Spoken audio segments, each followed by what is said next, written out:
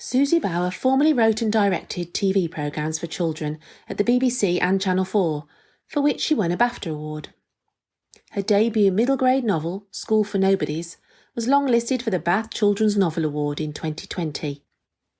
Her latest book, The Three Impossibles, is a fast-moving fairy tale fantasy quest, and Susie spoke recently to Nikki Gamble, who asked her to set up the story for us. I begin the novel with a quote from Michael Rosen, and he said, "Be curious is the best advice I've ever been given. It came from my dad." He also said, "Be bold." I think that was quite useful. So Mim, or Princess Jemima, is both curious and bold. She has what she calls an inquiring mind, although her gloomy governess, Foggy, calls her nosy. She's also bright and determined, but she lives in a house of secrets. That's such a good opening. And I love that you started with the first of your epigraphs there. And curiosity, it's a really good place to start. So Mim, as you said, she has an inquiring mind. The place that she's happiest is the library. You should describe that library to us, because she can't quite read everything. Yes, it is her favourite place. She says that it smells interesting, and some places just do smell interesting. It's a big tower. It's completely circular. And she feels as if when she's standing at the bottom of it and looking up at the glass ceiling, it's like she's in an upside down telescope. And all of the walls going round and round and up are lined with books. And the A's are at the very, very top, and they work all the way down to the X, Y, and Z's at the bottom. And because Mim is only 11 and she's not very tall, she's only really been able to read the books up as far as Y, and she only can reach a few of the Y's. So she knows a lot about zombies and vampires, but she doesn't know anything about the books further up. And it's her greatest wish that she can climb up one day somehow and get to read the other books. Yeah. She's a lonely girl, brought up by a rather dispossessing governess who she calls Foggy, Miss Fogarty. But perhaps we should say something about why she's so lonely. The story starts on the winter solstice, December the 21st. It's called Curse Day. Why is it Curse Day? Because 11 years ago, on the day of Mim's birth, a curse was cast on her family. She doesn't know about it. She only knows that the day is called the catastrophic day of the curse, or the day of the catastrophic curse. Nobody will answer her questions about it. And that's another of her huge wishes in life. She wants to find out what happened, who laid the curse, what is the curse, what happened. I do love the way that she's always going around saying, I've got an inquiring mind, she said to everybody. I suppose we'd call her an autodidact. She's educating herself because her governess isn't doing it really. In fact, there's a wonderful bit where she talks about the education that she's getting from her governess, and it's pretty dull stuff. I wondered whether when you were at school, you had an education that invited curiosity, and were you a curious child? My education was very patchy because I lived in 8 different houses and I went to 7 different schools before the age of 13. So I never followed one direct curriculum through, basically. And I guess what always attracted my curious side was the arts. I loved to dance, I loved to write, I loved to paint and draw, and that's all stayed with me, even until my advanced age now. And I also think that if your curiosity is nurtured, it's a bit like a plant. If it's given a good environment, then it will flourish and you'll want to find out more and more and more. If you are in a position where people are not encouraging you or even actively discouraging you, then your curiosity is likely to fade. So it's very lucky for Mim in the story that she does have one friend at the beginning of the story, which is Smith, the blacksmith, and he encourages her to learn all about blacksmithing, and he's a very wise person. And she also knows she's loved by him. So she does have one tiny area of her life which is actually positive and constructive. You talked a bit about your curiosities that you had when you were a child. I wondered, as you've kind of grown and matured, whether some of those things that didn't appeal to you at school, whether you found interest in them in later life or not? I think that I've learned how to deal with the things that don't come naturally to me. For example, talking to somebody on a screen doesn't come at all naturally to me. And I find that quite challenging. But I know that it's something that I need to do and to learn. And it does round you out as a person. And sometimes we find so many more connections than we realise when we were children, I think, where things are put into pockets of knowledge for us. And then we grow up and we realise that perhaps the world isn't always organised in those nice, neat pockets. And I noticed from looking at your biography, you've had what might be called a serendipitous approach to the kinds of work that you've done. I've always been a sort of wanderer, and I guess it's because of moving so much when I was young. So I wander in the same way from career to career in a way, I guess. And I've done a lot of different things. And I guess, again, I've just kind of followed my instinct with each one. Sometimes, as you say, it's been serendipitous and the doors have opened. Sometimes, and this takes me back to your previous question, I've had to learn against my natural inclinations how to do things. So I used to work for the BBC. I went in as a copy typist in the newsroom and then worked my way up very, very gradually. And I had to learn tenacity and I had to learn a lot of skills that, again, didn't come naturally to me, like becoming a floor manager in news, which is absolutely my worst nightmare. I was the worst floor manager in the entire universe, and my midriff appeared behind Sue Lawley while she was reading the news one day. So, yes, I've wandered from career to career, but I think each one has been a new door opening and a new way of learning new skills, which I wouldn't otherwise have done. And I guess I came into writing, well, I've always written and I've always loved writing, but things never really took off for me until probably the last 5 years. I had written a novel for adults back in 2012 with a small press. And since then, I hadn't really kind of done much at all. But then I took a wonderful course with Louise Dean at the Novelry called the Classics course, which was all about children's literature. And for me, it was a complete eye-opener. As soon as I began the course, everything fell into place and the words just flooded out. It was like stepping through the wardrobe into Narnia. It really was. Wonderful. It's so nice when that happens and you feel that you find your home in some respects. I should take us back into the story, having gone through that little detour there.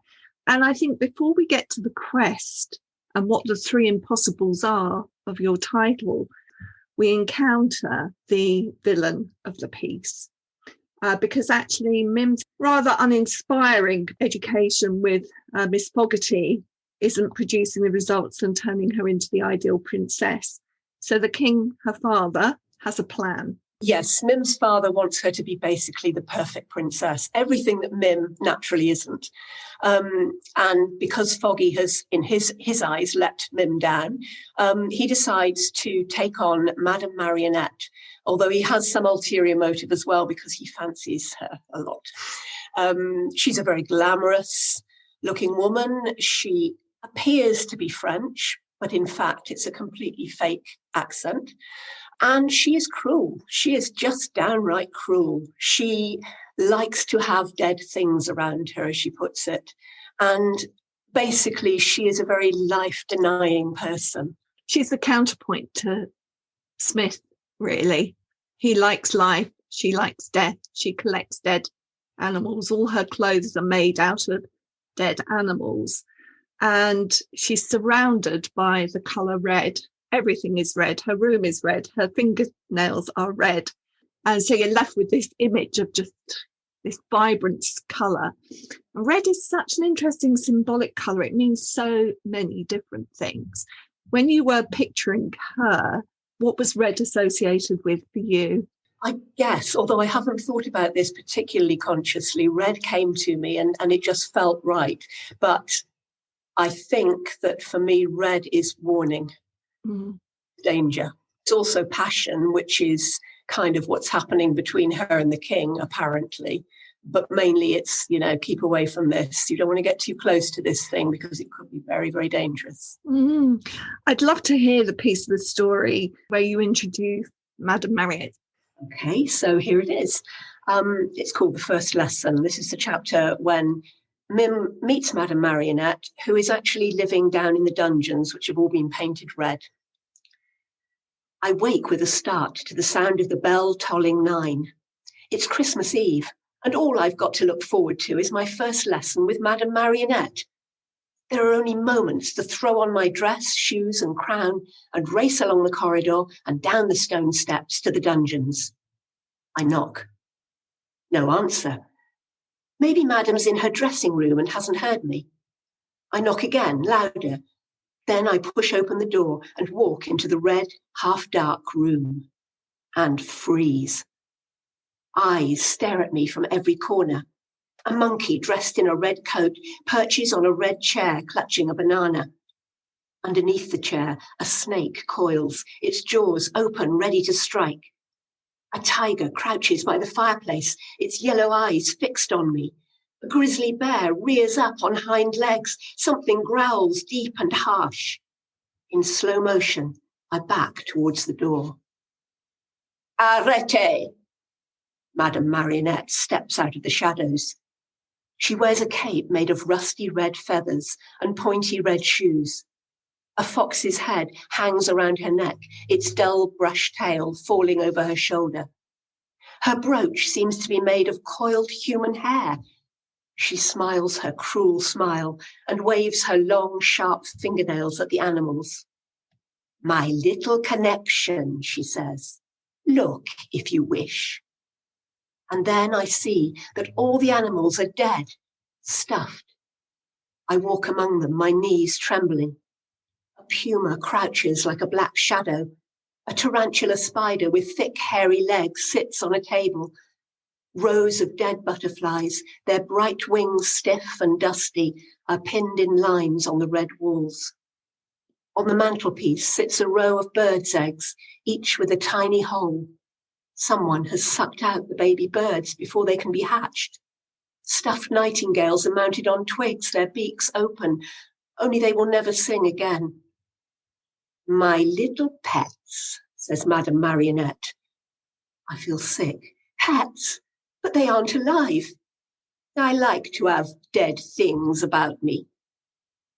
A fat handbag made of crocodile skin gapes open on the table. Something in the room smells metallic and hot, like blood. I take a step backwards, and Madame Marionette points at me with a red fingernail. Stop and stand still. She walks over to me and bends down so that our faces are on a level. You will learn, Jemima, to obey me, or, like these creatures, you will suffer the consequences. What do you mean by that? My voice sounds braver than I feel. When creatures do not obey me, I become bored. She waves a hand at the stuffed animals. Poof, they cannot bore me now. I shiver. She can't have me stuffed, can she? Father would never allow it. Would he? Attention, snaps Madame Marionette. We shall now commence our lessons, starting with déportement. Is that even a French word? Something about the way Madame speaks feels sort of wrong, only I can't work out what it is. She reaches into her crocodile skin handbag, pulls out a thick red book and hands it to me. It's heavy as lead. I turn it over to look at the title. Maybe it's about something interesting. But the title reads in curly letters, The Education and Instruction of Princesses. Before I can open it, Madame points her sharp fingernail at my head. Take off your crown. Now balance the book upon your head. What? Are you deaf? Madame raises her voice. Balance this book upon your head. The book's even heavier than the crown. It slips off my curls immediately. I just manage to catch it as it falls. Again. The book teeters on the top of my head. I stand as still as I can, my neck stretched up, and try not to breathe. Madame Marionette points at my feet. Now, walk. In slow motion, I take a step forward.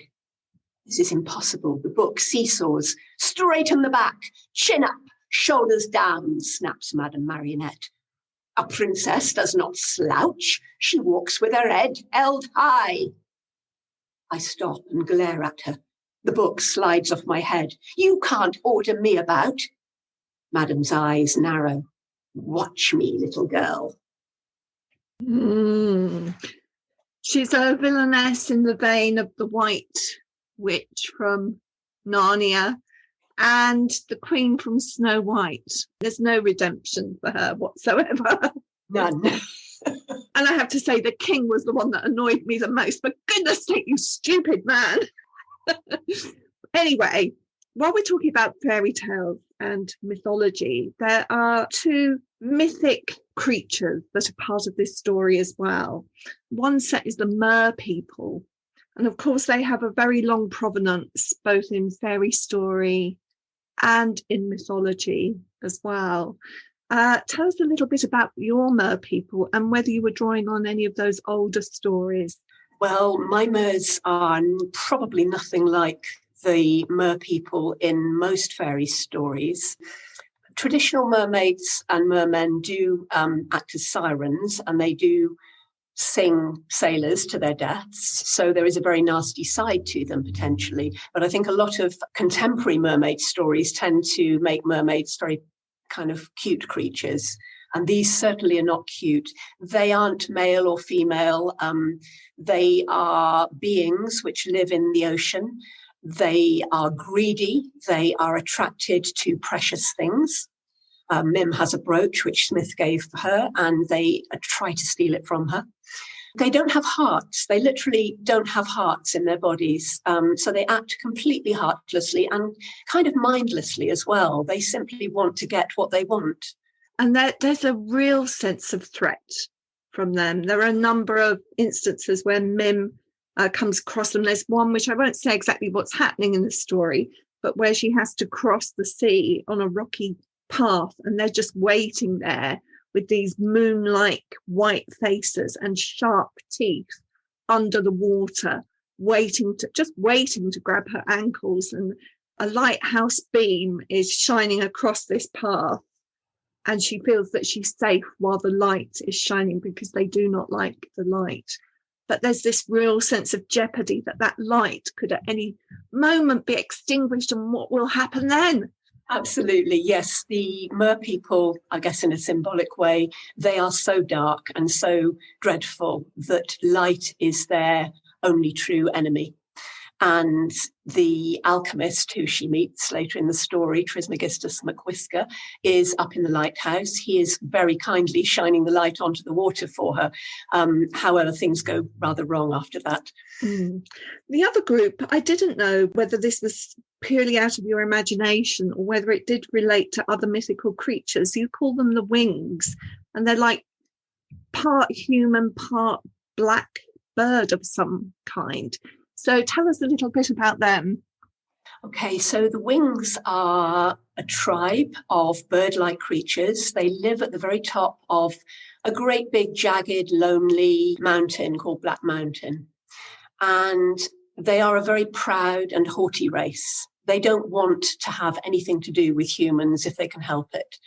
The king of the Wings has a son called Sky, and Sky has been captured by Madame Marionette and imprisoned in a cage in the library. So Smith has been forced to hang the cage high up out of Mim's reach in the library, and Prince Sky is confined to this cage, and he is absolutely furious about it. I don't want to say too much about how the story unravels and resolves, but I will come to the title because it's called The Three Impossibles, and the quest element of this story is around these three impossibles. I was pleased to see that your second epigraph that you put is a Nelson Mandela quote. It always seems impossible until it's done. And that really is, in a sense, what this story is about. The three impossibles, but if you manage it, then they've become possible. So was this the starting point for your story? When I was writing it, it actually wasn't in my mind at all. It appeared when I was halfway through my first draft. And after that, everything fell into place. The Three Impossibles is a book, which Mim finds in the library. It is a book about alchemy. And alchemy is an art which was practiced many hundreds of years ago all over the world. It's an art which has been very much misunderstood, particularly in our contemporary times. I think many people think of alchemy as the art of turning base metal into gold, whereas actually alchemy was something much more mysterious, much more complex, and much more inspirational. It's not just about turning that metal into gold, but the alchemists used to use a lot of symbols and imagery to hide their secrets, so that the whole thing was very, very impenetrable to most people, to the layperson. So Mim finds this book, and inside the book, she will gradually find the 3 quests that she needs to go on. She has to solve these impossibles in order to save the alchemist's granddaughter, who also suffered from the curse. And she also needs to save the alchemist himself. And I think the point of it all for me is that often we can literalize things or concretize things or materialize things, so that, for example, if you long to have some more spirit in your life, then you might actually, if you were literalizing it, you might start drinking spirits. And I think that's what we often do. And if we're not in contact with the mysterious and the complex and the uncertain, and Trismegistus McWhisker, the alchemist, wants to use alchemy for its highest purpose, which is via love. He wants to save his granddaughter who has been cursed. He's not interested in making gold. But the king and Madame Marionette are total literalizers. They are only interested in gold. They are greedy for it. It's all they care about. So I guess the whole fight in the story, in a way, is between things that are uncertain, things that are mysterious, things that look impossible but actually aren't, and the quest for something which will actually just satisfy you in the immediate gratification, like gold. You talk there about immediate gratification. There's another lesson that Mim has to learn. It's not just about curiosity. It's also about patience and looking and waiting and finding the right moment. Absolutely right. Yes. Mim is a very excitable girl. She wants to follow her curiosity, and it's very alive for her. But what she does learn from being around Trismegistus McWhisker, or Mac for short, is to learn to be patient, to wait a little. And I think that's another impossible in the story, really, because it seems impossible to be able to wait when you have a countdown to having to solve 3 quests. And if you don't solve them within a certain amount of time, then somebody's going to get killed, because that's what Mim is facing. So she actually has to do what appears to be impossible for her, which is to learn to be patient. There's a moment where, again, I'm not going to say too much about it, where she would like to be getting on with the quest, and she has to wait in spite of this countdown for 6 whole hours. It's the only way that it's going to happen. That would have been torture for me and for her. It really is, yeah, although she is very tired because she hasn't slept for 24 hours before that. So she needs the time to sleep in at least. Absolutely. And in some sense, the book element of it reminded me a little of The Sorcerer's Apprentice. And of course, his mistake is that he's impatient. That's interesting. I don't even remember the story of The Sorcerer's Apprentice. So, okay. Here's an alchemist's apprentice in a sense. Yeah. So can I just ask, are there going to be other stories in this world that you've created now, or is it a standalone story? It was written as a standalone story, and it is a standalone story. various people have said that they would like to find out more, which has delighted me, actually. I think that's lovely. But I do tend to write standalones. So, yeah, I'm actually in the middle of another standalone now.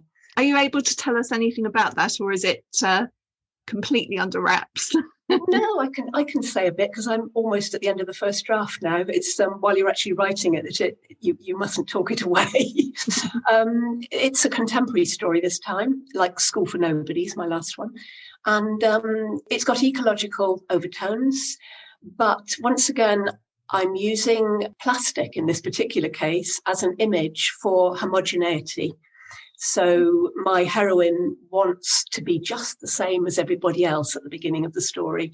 And she learns over the course of it to celebrate her own difference and her own individuality. That sounds like another great story, Susie. I can't wait to read that one. I thoroughly enjoyed The Three Impossibles. It was page-turning and thought-provoking. But essentially, I just felt I'd read a really nice story that had that classic feeling of fairy tale about it, but was doing something fresh with the fairy tale. So thank you so much for talking to me today in the Reading Corner and just giving us a little bit of a spotlight onto The Three Impossibles. Thank you so much for inviting me. It's been great fun. In the Reading Corner is presented by Nikki Gamble and produced by Alison Hughes. If you have enjoyed this podcast, please do leave a review for us. To find out about other projects, including an audience with events and the Exploring Children's Literature Summer School, visit www.exploringchildrensliterature.uk. Join us again soon in the Reading Corner on your favourite podcast platform.